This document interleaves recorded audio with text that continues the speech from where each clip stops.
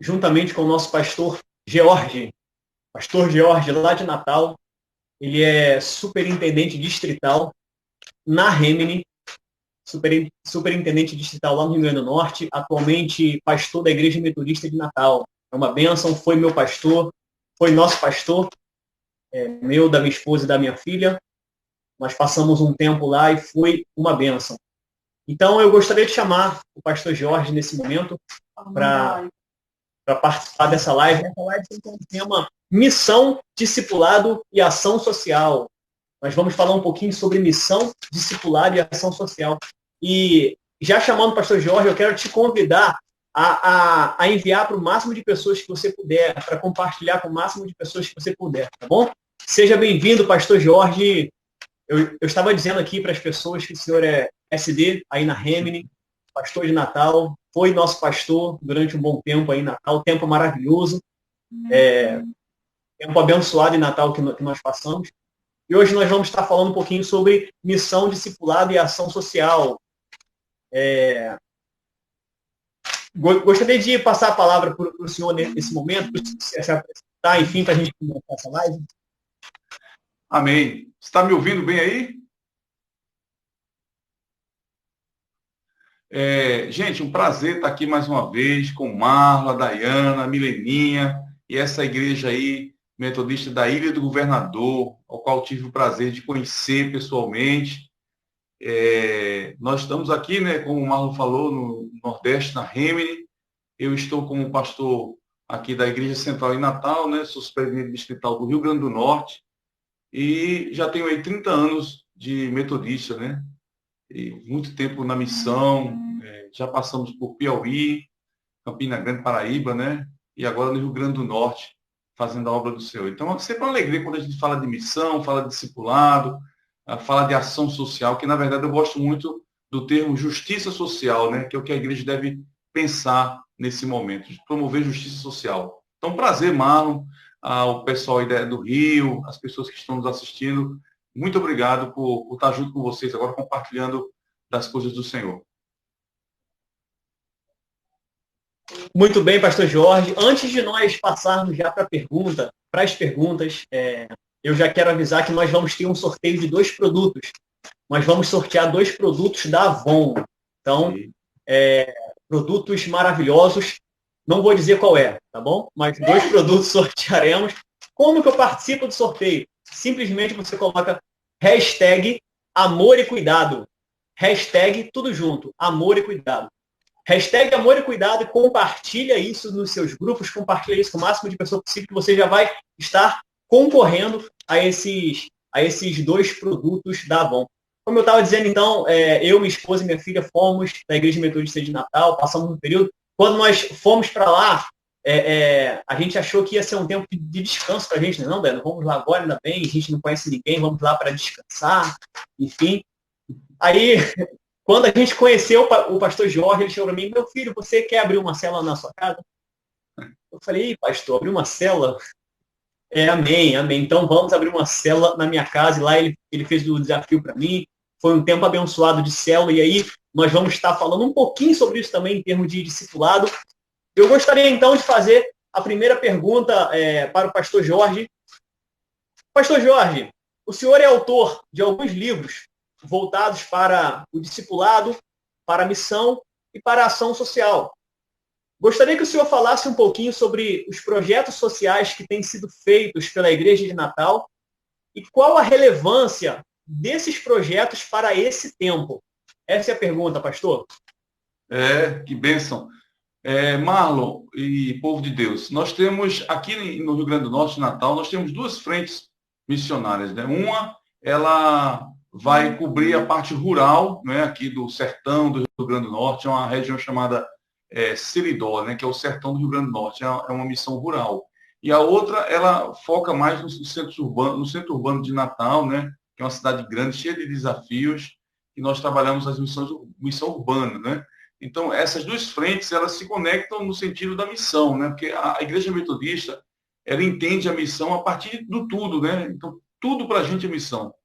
Então, no sertão, nós trabalhamos com enfrentamento à seca, com a profissionalização das pessoas, com a devolução da dignidade, né, da pessoa da questão rural, desenvolvimento de projetos no sentido da sustentabilidade, né? Nós construímos um centro médico, que é um posto de saúde lá, nós construímos uma padaria, uma cooperativa de bordados e costura. Isso é um projeto fixo que continua acontecendo no sertão. Agora, com essa questão da pandemia, a gente está um pouco limitado, né, para trabalhar mais abrangente. Mas esses projetos são fixos. Nós temos 3 comunidades no sertão, né, em Machinaré, que é um povoado, no outro povoado chamado Povoado da Cruz, e também agora numa comunidade Queimadas, que é uma comunidade quilombola. Então, são 3 bases missionárias no sertão do Siridó. Nós temos 2 obreiros lá, que é o Ivandro e o Cícero. Eles já são moradores da própria região, que já tomam conta desses projetos. E tem o nosso irmão José, que agora também mora lá em Currais Novos, que está na comunidade de Queimadas. Então, nós estamos consolidando agora, depois de 6 anos, 5, 6 anos, o trabalho rural, ou seja, pavimentando as igrejas, revitalizando, e já construímos ali uma comunidade já de fé, né? Povoado Cruz, por exemplo, tem 38 membros, né? Já é organizada, tem Ministério do Louvor, tem tudo. Queimadas, nós temos 17 pessoas. E Machinaré, que é um trabalho embrionário, né, que a gente continua trabalhando, que o Cícero está lá, nós temos uma média de 12 pessoas, 10, 12 pessoas ali frequentando, né? E só 3 pessoas que foram batizadas lá em Machinaré. Então, resumindo, são aí mais ou menos umas 100 famílias que a Igreja Metodista de Natal assiste, né, de uma forma missionária no Seridó. Voltando aqui para a capital, não é? Sim, outra coisa que é bom, que você falou em relevância, né? O sertão hoje, ele ganha um novo contorno. Por quê? Porque a nossa ideia de missão no sertão é a encarnacionalidade. Nós estamos lá morando, convivendo com as pessoas, fazendo o que elas fazem também, e isso dá uma certa uma conjuntura, né? A igreja fica coesa, porque não são pessoas que vão visitar o sertão, são pessoas que têm projeto, que vivem lá. Então, isso tem sido uma bênção.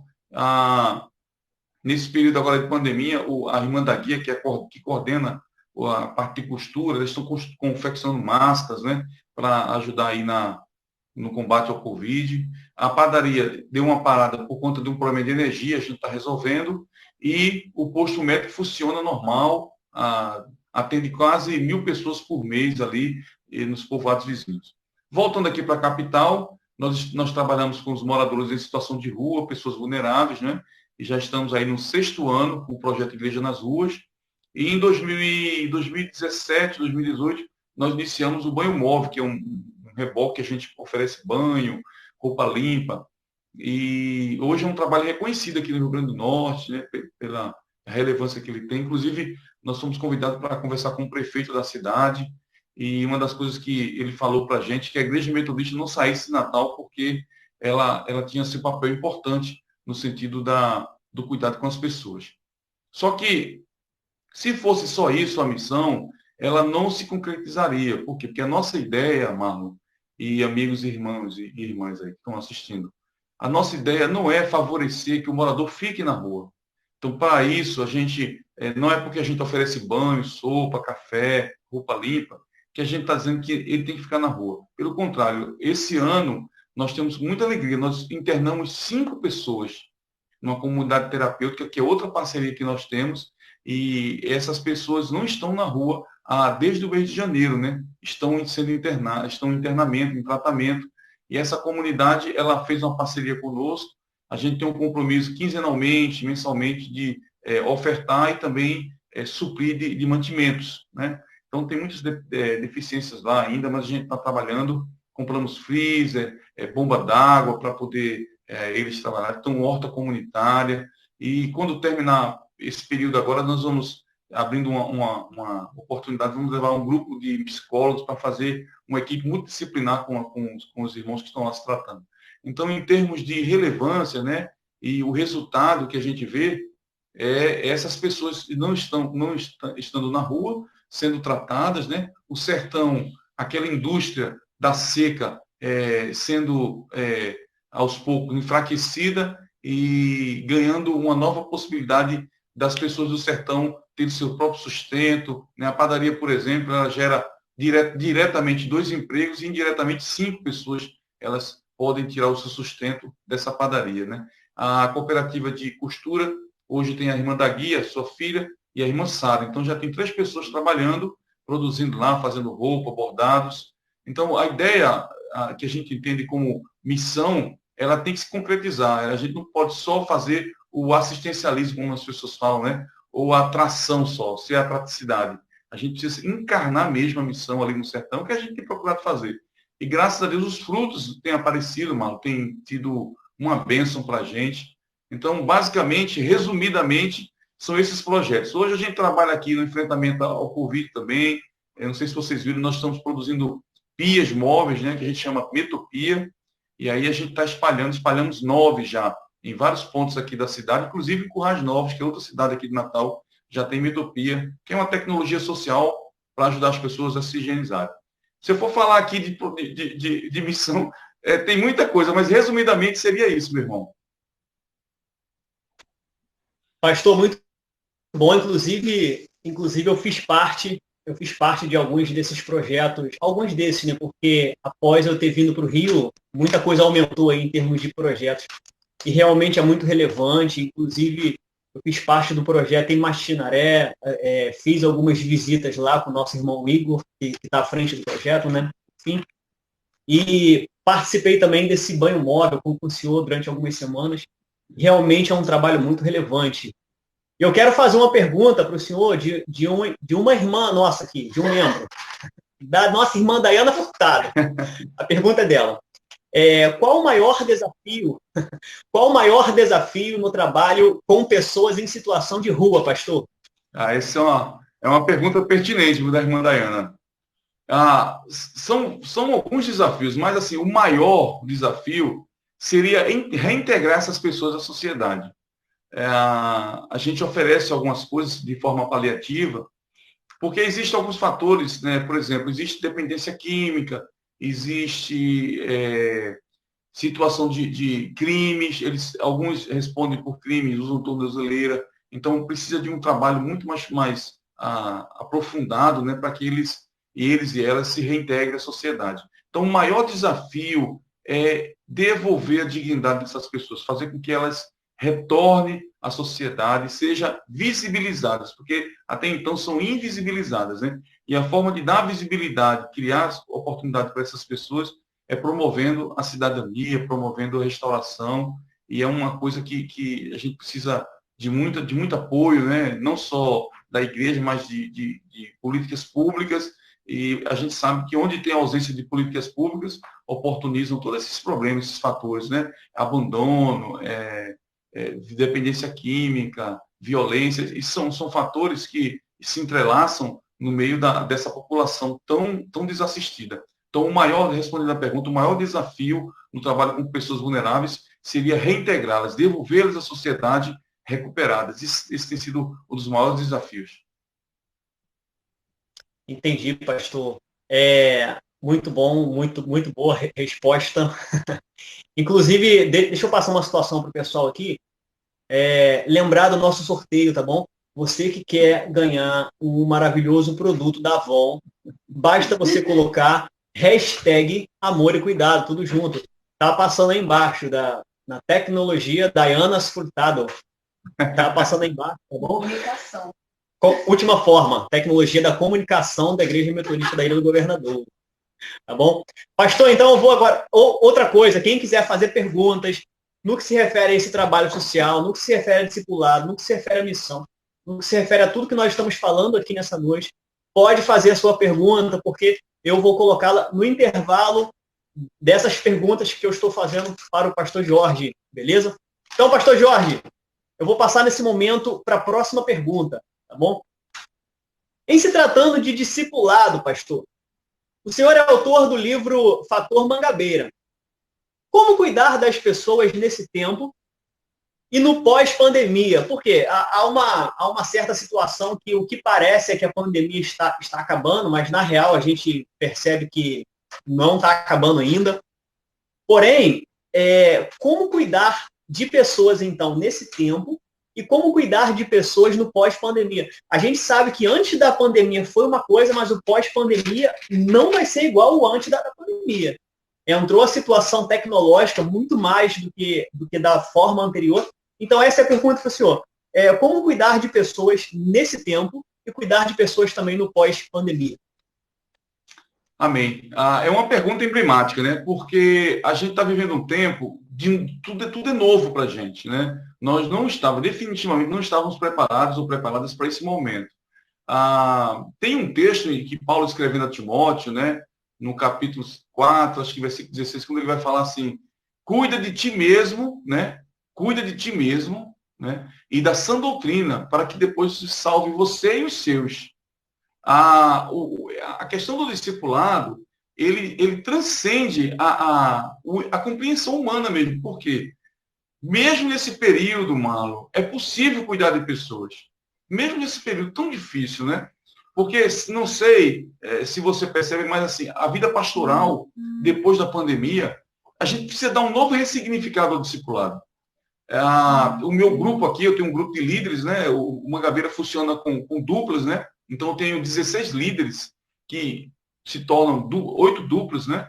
E a gente ainda não conseguimos sintetizar, né? Padronizar esse período. Então, a gente está meio que resolvendo no improviso, né?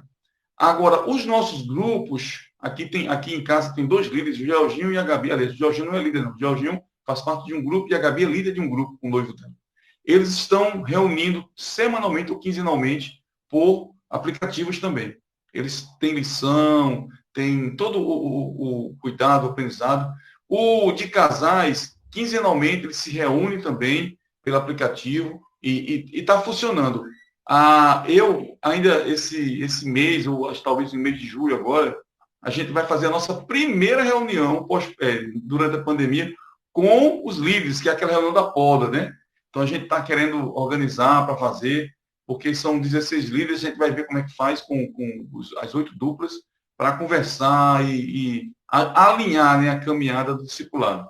Então, é possível, sim, cuidar de pessoas, né, durante esse período, claro que é possível, mas a gente tem que compreender que é um redesenho. Nós estamos redesenhando a igreja, ressignificando muita coisa, inclusive a própria vida ministerial. Ela se limitou a um recurso que outrora, eu até falei isso no culto domingo, que até algumas igrejas condenavam a internet, dizia que era do demônio, dizia que era o capeta, e hoje virou um recurso tão primordial e tão essencial para a vida da igreja, né? Nós não paramos, mas assim, estamos readaptando o discipulado a essa nova realidade. Para o pós-pandemia, né, todo mundo faz suas previsões, alguns otimistas, outros realistas e outros pessimistas. São 3 previsões para o pós-pandemia. Eu prefiro pensar naquela visão de Jeremias, quando ele diz: quero trazer memória aquilo que me dá esperança, né? Então, a minha visão é que o Senhor permitiu tudo isso acontecesse para ressuscitar uma nova igreja. A igreja precisava passar por isso. Se você perceber, Marlon e as pessoas que estão nos assistindo, a instituição que mais está sofrendo, a gente acha, é isso, aquilo, mas é a igreja. A igreja depende da comunhão, depende das pessoas de estarem juntos e está realmente passando vamos entrar para 100 dias, né? A igreja sem funcionar. Alguns pastores aqui já estão numa situação muito difícil e a gente percebe que vai ressurgir, e o nosso entendimento é esse, que Deus vai soprar um vento muito forte depois dessa pandemia. E quem sabe a gente vai estar vivendo verdadeiramente o avivamento. A igreja estará voltando para o seu princípio, para o seu propósito, que ela foi designada para ser. Na verdade, a gente percebe um desencontro da igreja, a igreja cristã, principalmente a igreja evangélica brasileira, ela se desencontrou com a sua vocação. Precisou uma pancada tão forte dessa para que ela se voltasse para o evangelho que Jesus está propondo. Então, eu imagino que isso tem seus resultados. Eu disse ontem no culto domingo que a pandemia nos afastou uns dos outros, mas nos aproximou da Bíblia, nos aproximou de princípios que nós estávamos vivendo no automático com a igreja. Então, hoje eu percebo, né, que eu espero muito com Deus que o pós-pandemia seja um reencontro de uma nova igreja, de uma igreja restaurada, remida e vivendo o seu real propósito. E não viver por aí cobiçando poder ou fazendo negociatas com A ou B e perdendo a essência do Evangelho. Eu acho que é um retorno à igreja, e a igreja vai voltar muito forte, muito consciente da sua vocação. Eu acho que deve acontecer isso, Marlon.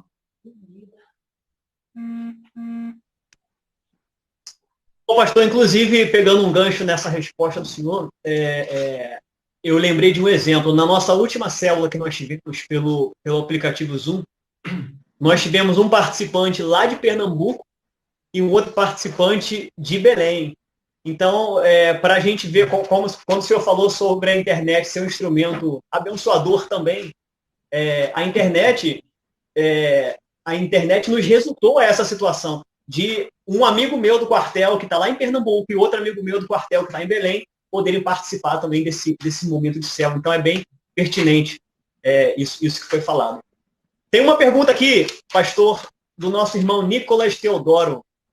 Em relação aos moradores de rua, sabemos que tem toda essa questão de ação social do governo, mas eles não querem ir, ou seja, eles não querem estar nos abrigos que o governo proporciona. O que o senhor nos aconselha? Uma das coisas que a gente questionou aqui junto ao governo, principalmente municipal, né? Eu acho que precisa se repensar, não é no local onde vamos colocar, mas quem vamos colocar nesse local.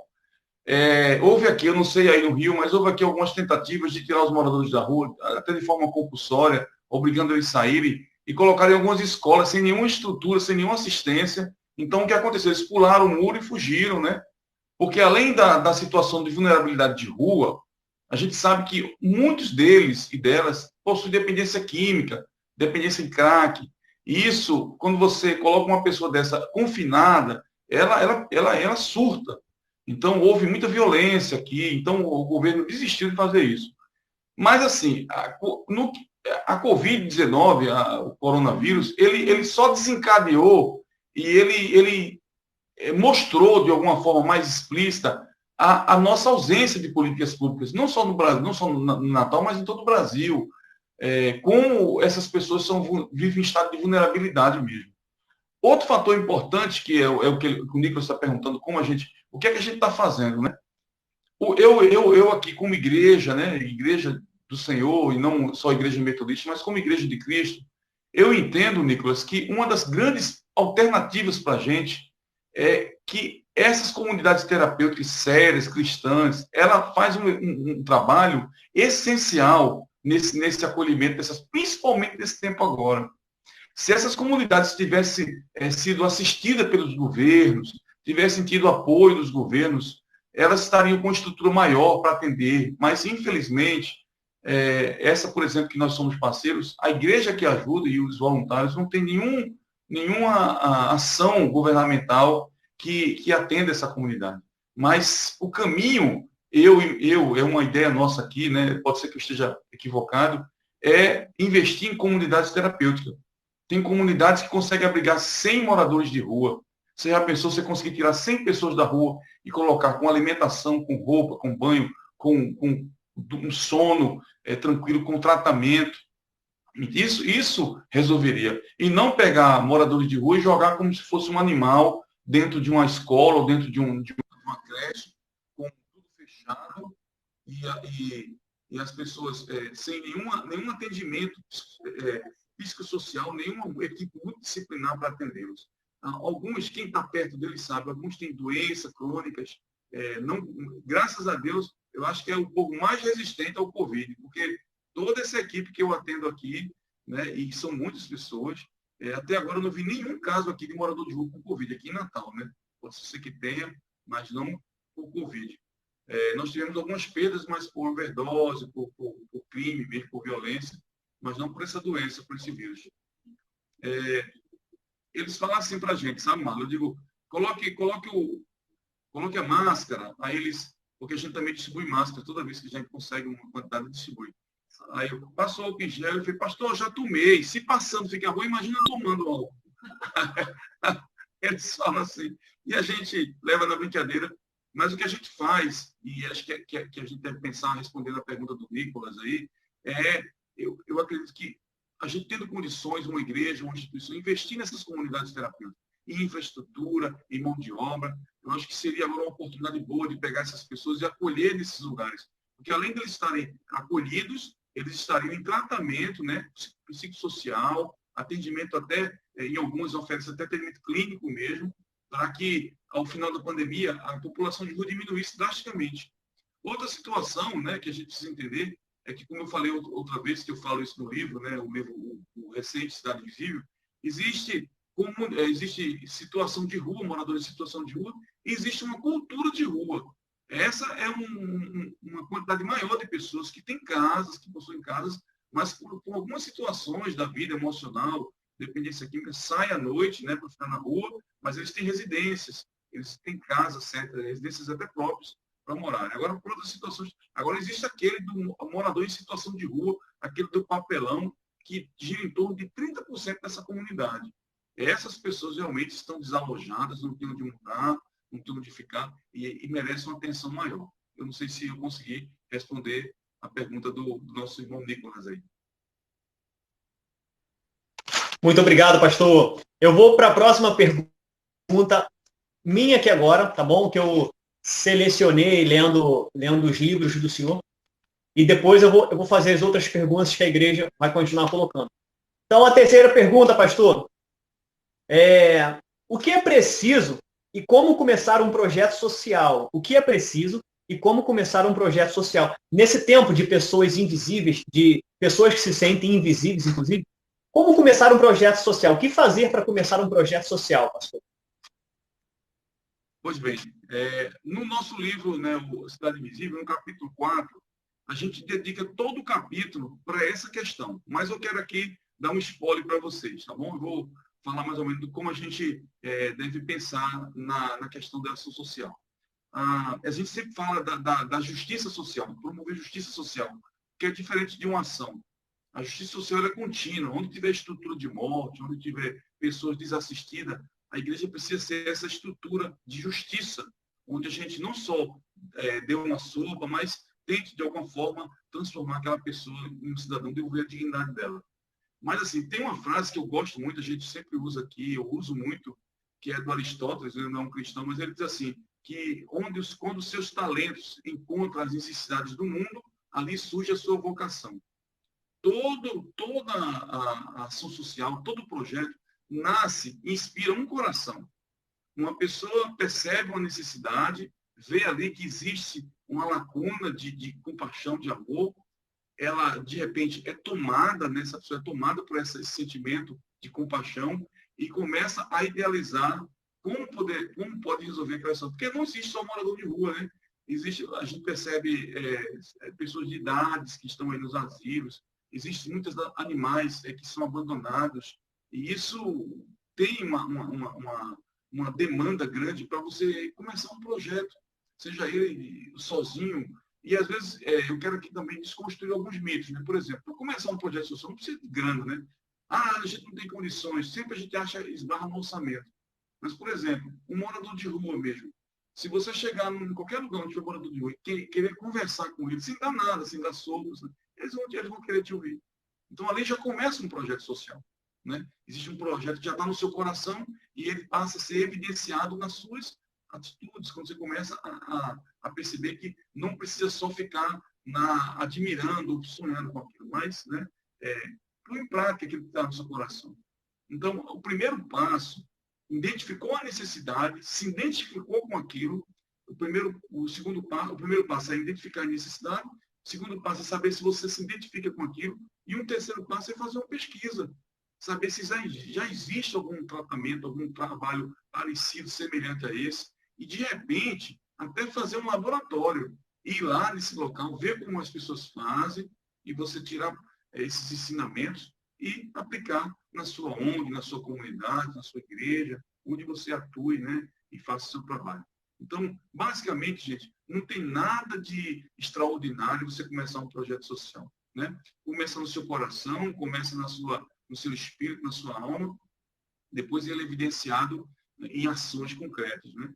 Quando eu pensei Eu trabalho com morador de ruas, né, há muitos anos, desde o tempo que eu era criança, minha mãe já me colocava, minha mãe era uma cristã metodista de raiz, né, então ela já foi me ensinando, criança ainda, a entregar sopa à noite e cuidar de pessoas de rua. Então, há quase 30 anos mais ou menos, até agora. Aqui em Natal nós já estamos há 8 anos, né, em outras comunidades que nós participamos também, trabalhamos em outros estados, nós sempre tivemos esse norte de pessoas que precisam de amparo.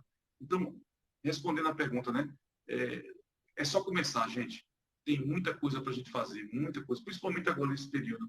Muita gente sofrendo, muita gente precisando de uma ligação, de uma mensagem pelo telefone. A saúde mental das pessoas estão muito fragilizadas. Quem sabe aí já não é uma porta se abrindo para você começar um projeto de atender essas pessoas. Obrigado, pastor. Pergunta do Jorge, é do Jorginho. Jorginho, fala, meu irmão. Eita, filho. Que Deus abençoe a sua vida. E a pergunta é para mim, não é para o senhor, pastor. A pergunta é para mim agora. Existem necessidades próximas à comunidade de fé aí no Rio? Vamos lá. Sim, Jorginho. Existem necessidades, sim. Eu acho que a maior necessidade no momento aqui no Rio de Janeiro são os dependentes químicos. Inclusive nós temos um projeto aqui na nossa igreja, projeto Sou Vivo. O líder desse projeto é o nosso irmão Anderson. Esse projeto é um projeto social que visa reintegrar os usuários de droga às suas famílias. Como que funciona esse projeto? A nossa igreja ela tem uma aliança com 2 centros de recuperação. E aí, por meio dessa aliança com esses 2 centros de recuperação, nós falamos com os moradores de rua dependentes químicos ou não moradores de rua também, fazemos o convite, conversamos e ele aceita o desafio de ser internado e ali ele passa por um momento de recuperação e ele é reintegrado às suas famílias. Nós temos também alguns projetos aqui visando algumas necessidades que nós temos aqui no Rio de Janeiro também, que a gente entrega comida na rua também, nós temos esse projeto, ainda não tão amplo como esse projeto aí de Natal com banho móvel, mas nós vamos chegar lá em nome de Jesus. E nós temos também o chamado drive-thru agora na nossa igreja. Como que funciona esse drive-thru? As pessoas vão até a nossa igreja lá, recebem um aconselhamento pastoral, recebem um atendimento de enfermagem, recebe oração e ela é cadastrada também para o momento de ação social que a nossa igreja faz, em termos de alimentos, em termos de coisas relacionadas a ações sociais. Então, espero ter respondido a sua pergunta, Jorginho, tá bom? Andréia está perguntando, quais as maiores demandas aí na comunidade de fé no Rio de Janeiro em relação às ações sociais? Bom, André, essa eu acho que eu respondi já, dando essa resposta para o Jorginho, eu acho que eu respondi. Uma das maiores demandas aqui no Rio de Janeiro, no momento, são os dependentes químicos, tá? E, graças a Deus, nós temos esses 2 centros de recuperação que se filiaram à nossa igreja, inclusive são centros de recuperação evangélicos, eles recebem todo o ensinamento, tem atendimento psicológico lá nesse centro de recuperação. Então, eu acho que essa é a maior demanda nossa no momento, tá bom? Pastor Jorge, eu vou fazer aqui a 4ª e última pergunta minha, tá bom? Mas os irmãos aí que quiserem mandar perguntas relacionadas à ação social, relacionadas à missão, relacionadas a discipulado, essa é a hora. Mande as perguntas. Inclusive, no final, eu gostaria que o pastor falasse um pouquinho sobre o projeto em Machinaré, que é usado para captar água. Eu acho esse projeto muito interessante, então eu gostaria que no final o senhor falasse um pouquinho sobre como é esse projeto de captação de água. 4ª pergunta, então, pastor Jorge. Falando de missão agora. O que o senhor acha que Deus espera da igreja relevante diante de todos os desafios sociais no Brasil? O que o senhor acha que Deus espera da igreja diante de todos os desafios sociais no Brasil? Pergunta, viu? Boa. Eu imagino que Deus, ele pensa, a igreja, ela é chamada para fora, né? Eclésia, né? Ela não nasce e o propósito não é em tijolos, em paredes. Então, eu seria pretensioso dizer que Deus tem expectativa, porque Deus, ele ele não se encaixa nessa ideia de expectativa. Deus é Deus e ele não tem mais a igreja de Deus, aquele que ele idealizou, ela precisa voltar para o seu propósito. Então, quando a gente pensa em igreja, em modelo de igreja, a gente vai para Atos 2, capítulo 42 ao 47, quando o Lucas vai definir e vai explicar, né, e dizer o que é uma igreja, como era uma igreja, aquela igreja que nasce no meio do povo e que está atenta às necessidades do povo. Não é uma igreja que se limita às paredes e que se fecha para ela mesma, mas é uma igreja que, pelo contrário, ela não se suporta dentro de quatro paredes. A chama dentro do coração é tão forte que as pessoas correm igual um incêndio e tem que sair das quatro paredes porque existem muitas vidas indo para o inferno. Então, eu, na minha humilde opinião e na minha compreensão limitadíssima que eu tenho teológica, eu penso a igreja na perspectiva de um sentimento de urgência, onde o povo está se perdendo e a igreja também se perdeu dentro dela mesma.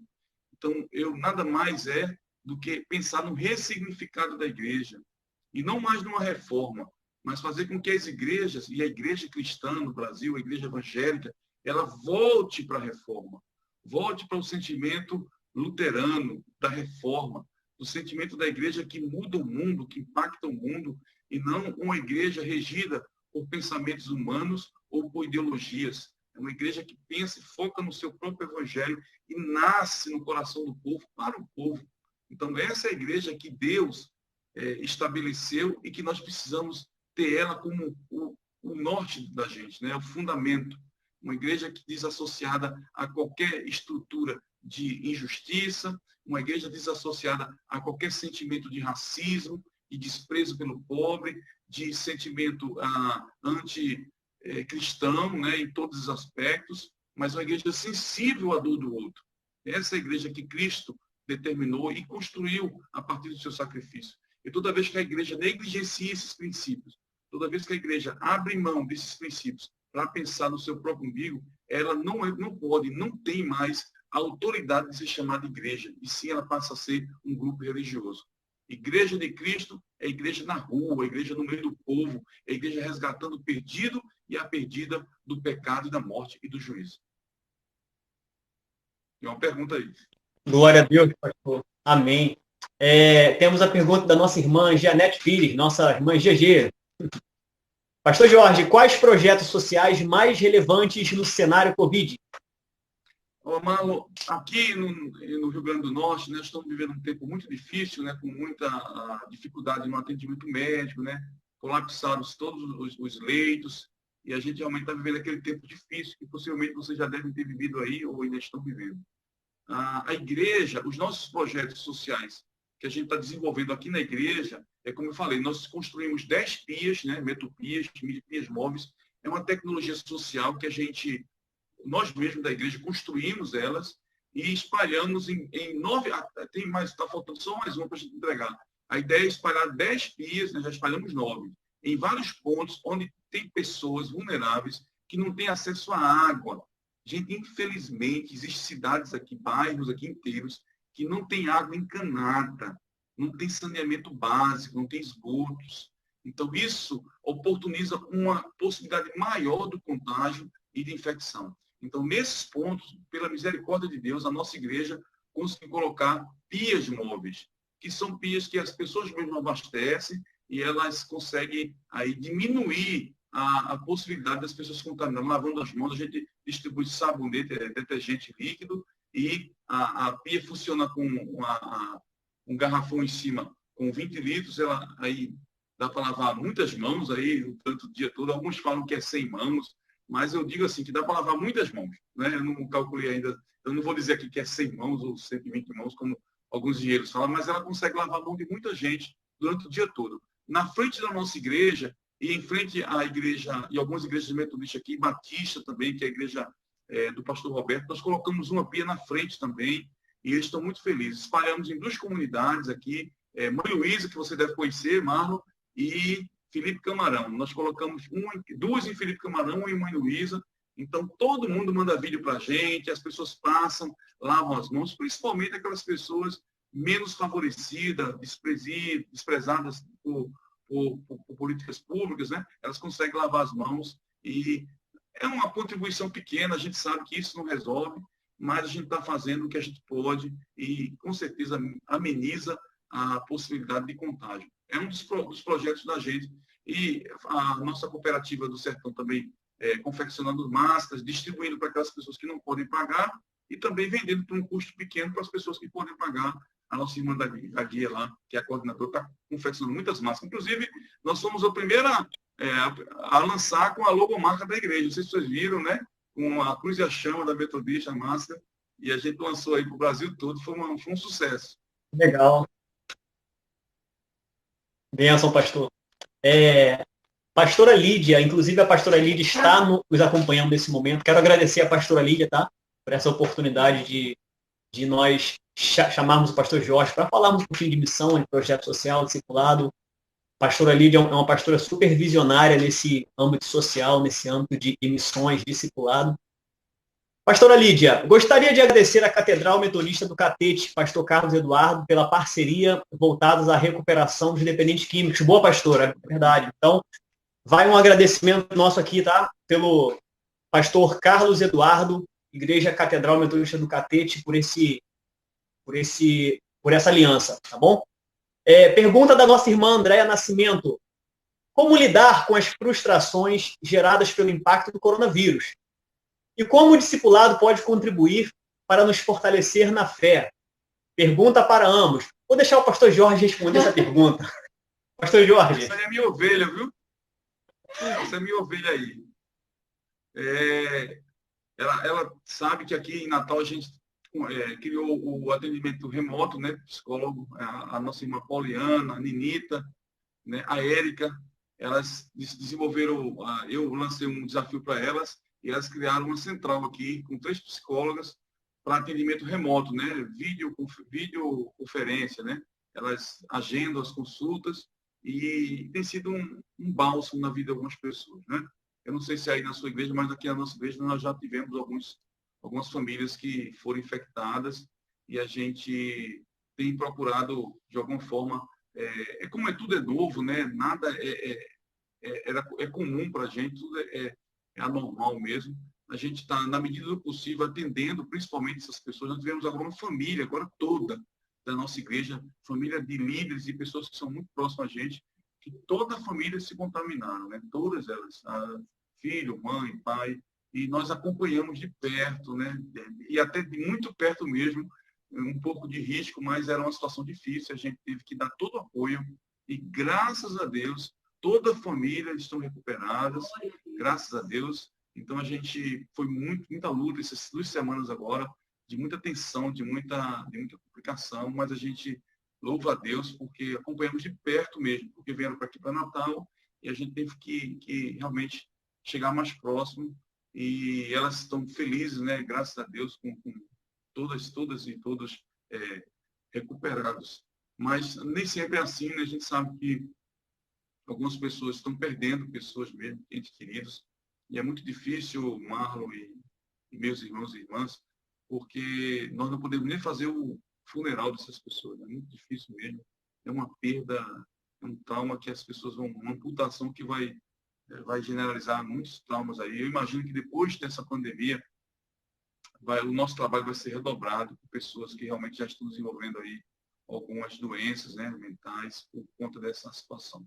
Mas uma pergunta pertinente e todo dia a gente vai e acorda com algum desafio, né? Então esse é o dia a dia pastoral mesmo e a gente crê que o Senhor vai entrar com providência.